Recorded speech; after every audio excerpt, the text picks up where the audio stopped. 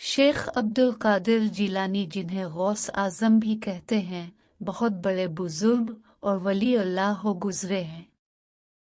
आपकी सारी जिंदगी तबलीग व शात इस्लाम में गुजरी। बेशुमार लोगों ने आपसे रूहानी फैज़ हासिल किया।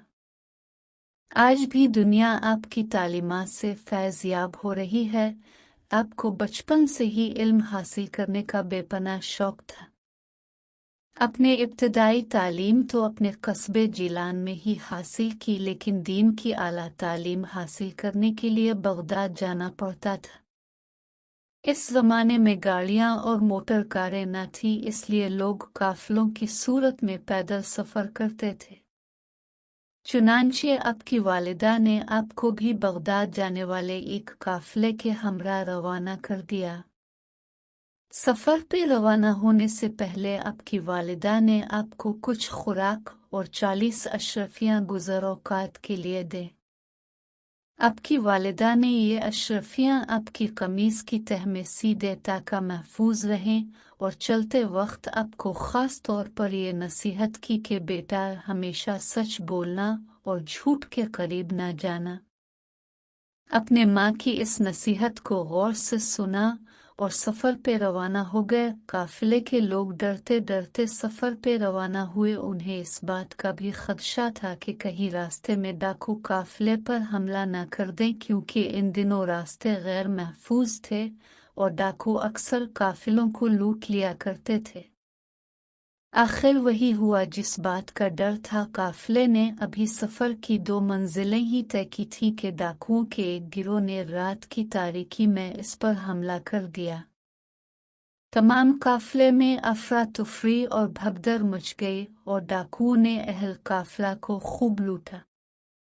एक डाकू शेख अब्दुल कादिर जिलानी के पास आया और कहने लगा, लड़के, तेरे पास क्या है? आपने जवाब दिया, मेरे पास 40 अशरफियाँ हैं जो मेरी कमीज की तह में सिली हुई है। डाकू ने आपकी इस बात को मजाक समझा और हंसता हुआ आगे गुजर गया। इतने में एक और डाकू आपके पास आया और वही सवाल किया। आपने फिर वही जवाब दिया। वो डाकू ये जो अब सुनकर हैरान हुआ और आपको पकड़कर अपने सरदार के पास ले गया। डाकू के सरदार ने ताज्जुब से आपको देखा और पूछा, लड़के, सचमुच बता, तेरे पास क्या है? आपने वही बात दोहराई। आपकी ये बात सुनकर सरदार की हैरत की इंतहा न रही। आपने अपनी कमीज की तह को खोला तो पूरी 40 अशरफियाँ जमीन पर गिर पड़ी। अशरफियाँ देखकर सरदार की आंखें हैरत से खिली की खिली रह गई। इसने अब से मुखातिब होकर कहा, ओ लड़के, तूने सच बोलकर अपना राज क्यों फाश कर दिया, हालांकि तो आसानी से अपनी अशरफियाँ बचा सकता था। अपने जवाब दिया, मेरी माँ ने मुझे नसीहत की थी कि बेटा, हमेशा सच बोलना। मैंने अपनी माँ की नसीहत पर अमल किया है।